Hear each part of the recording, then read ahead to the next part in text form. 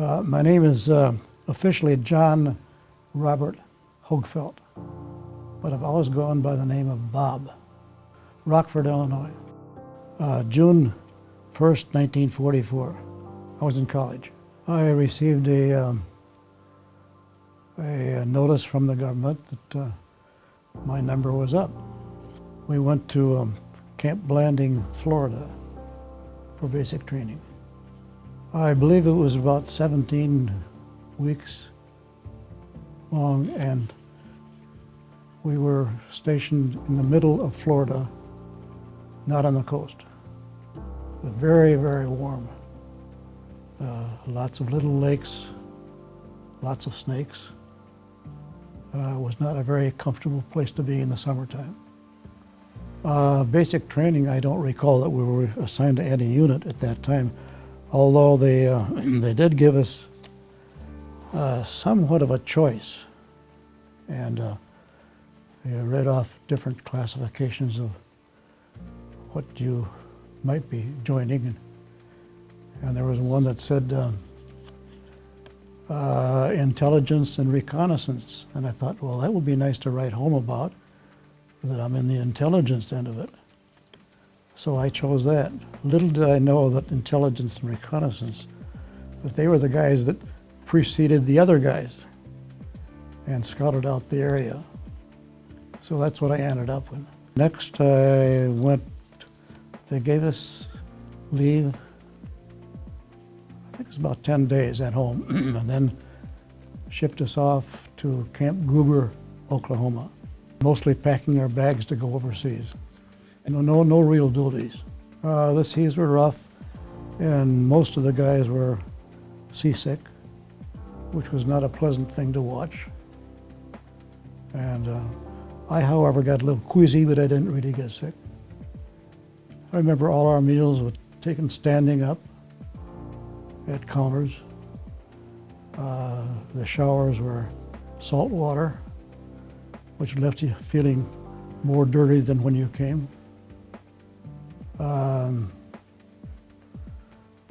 I don't remember, well, I remember the food wasn't too bad. It was edible. Well, we came in on in landing craft and assembled outside the, the ships had to anchor. We didn't pull into a dock. We had to go in by landing craft. And we assembled on shore afterwards. And then we're ordered to take our duffel bags, which I might add were full of everything that we could take with us, and were very heavy. And we carried them up a long, long slope, about killed me. It was so heavy, I wish I hadn't taken all the stuff that I took. And we got to the top of this hill. They ordered us to put our duffel bags in a pile. Everybody throw them in a pile. That's the last I saw of my duffel bag until I got home after the war. I even had a fruitcake in it, which was still good.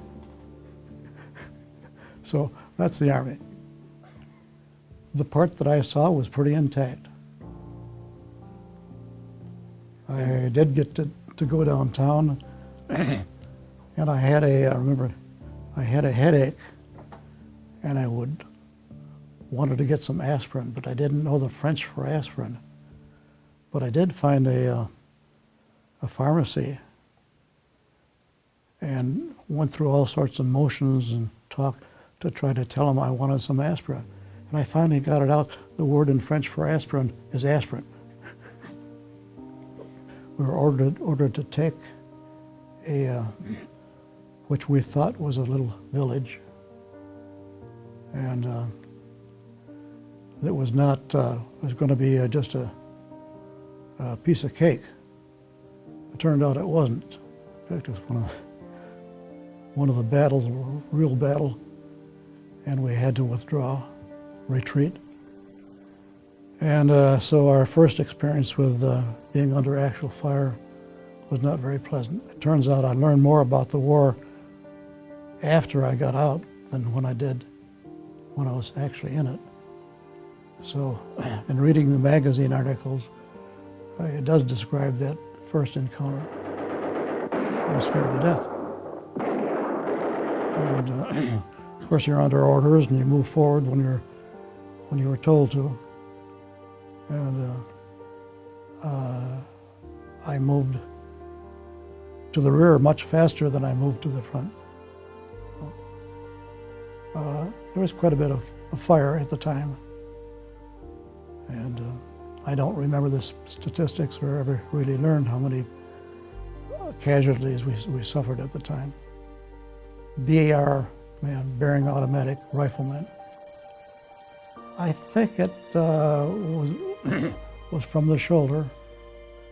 Of course, you're laying down, which took a lot of the weight off.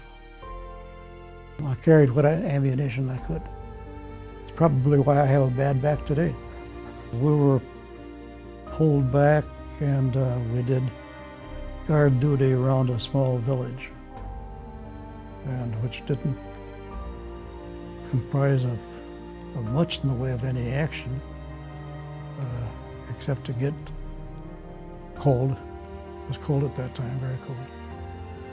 And for a while we were quartered with a French family, which led us inside, which was great. And the man of the house insisted that before we go out on our so-called guard duty, that we have a shot of schnapps first. And I got to liking that schnapps. I think we were there about 4 or 5 days. And we had a little fun. We shot at rabbits and things like that. But as far as any combat experience, we experienced none at that time. They moved us both by walking and by truck. And at several points we got on a railroad car. I can recall one man who before was captured did go and leave and drank some French wine. And he drank way too much of it. And he got on this truck, forgotten where we're going, but he vomited and he lost his false teeth. So he had to go the rest of the war without dentures. We really didn't see many wounded at that time. Later on we did. But as we were moving up, all those things had been pretty well taken care of before we got there. Well, I remember that Christmas Eve we were able to get inside, which was nice, and gathered in a former munitions factory, and we sang carols, and I was one of the few that knew the words.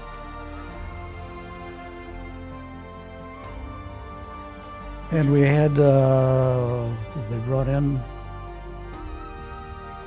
I'm trying to remember what we had to eat. I believe it was turkey, which is amazing that they could get food that close to the front.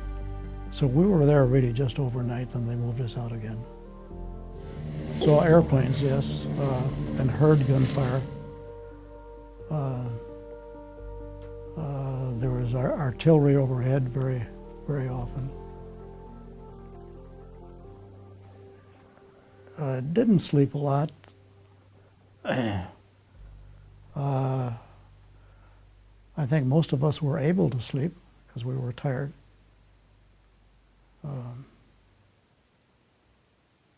I can recall at one point where, you just laid on the ground, and I found a nice stone to put my head on. But we were dug in foxholes, and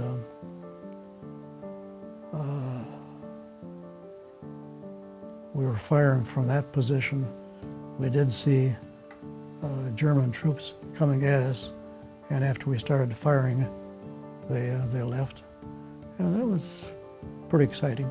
We did were able to get behind one of the tanks at one time when we were going toward the front. And there was quite a bit of exchange of fire at that time. In basic training, they concentrated a lot on map reading.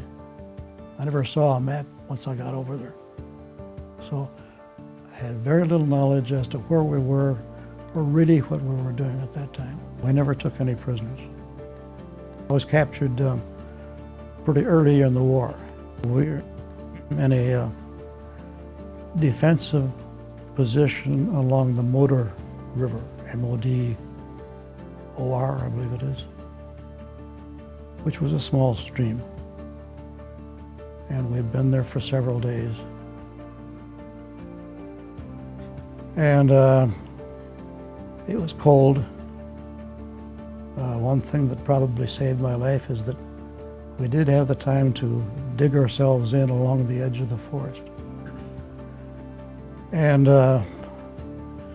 taking a cue from some of the other men, we dug our foxhole in an L shape and covered part of that over with fallen timbers, logs, whatnot, and then put snow on top of that.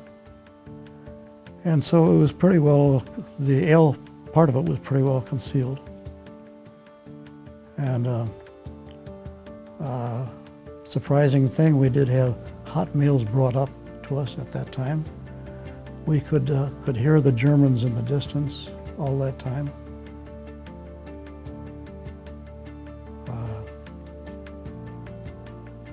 We were given the opportunity to go to our command post, which was across a big field, open field.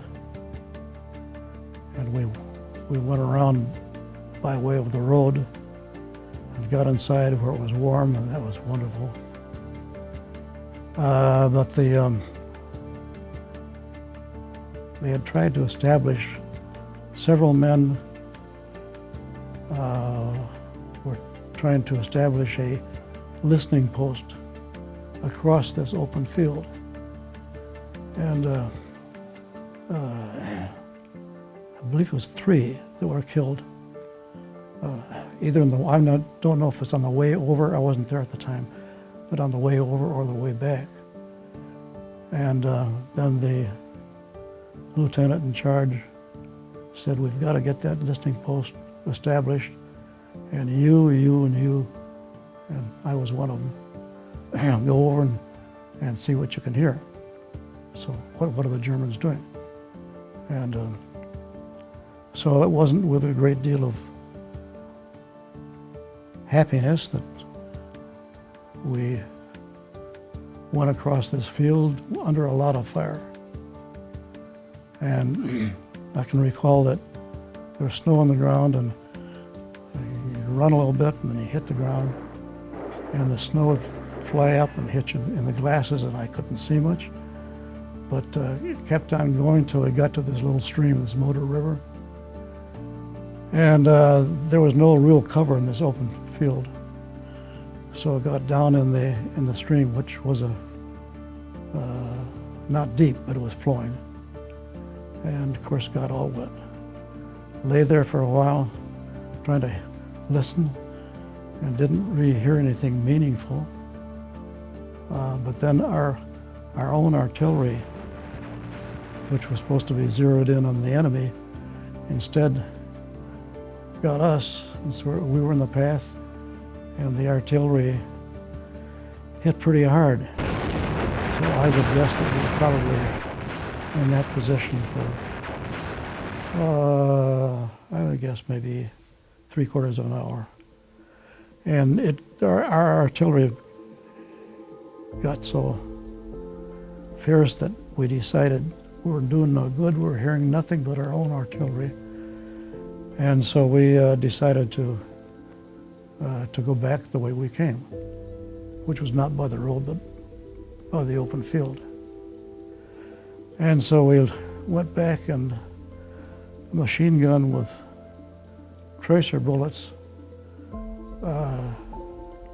tracked us all the way back. And you could see these tracer bullets going by, and luckily they missed all of us. There were 3 of us. missed us, and we got back without any wounds. So I'm surprised that we came back without any casualties, but we did. So that was quite an experience. In training, you hear this: you run, you hit the ground, zigzag, run a little bit more, hit the ground. I didn't hit the ground much. I just ran as fast as I could. And luckily, I made it.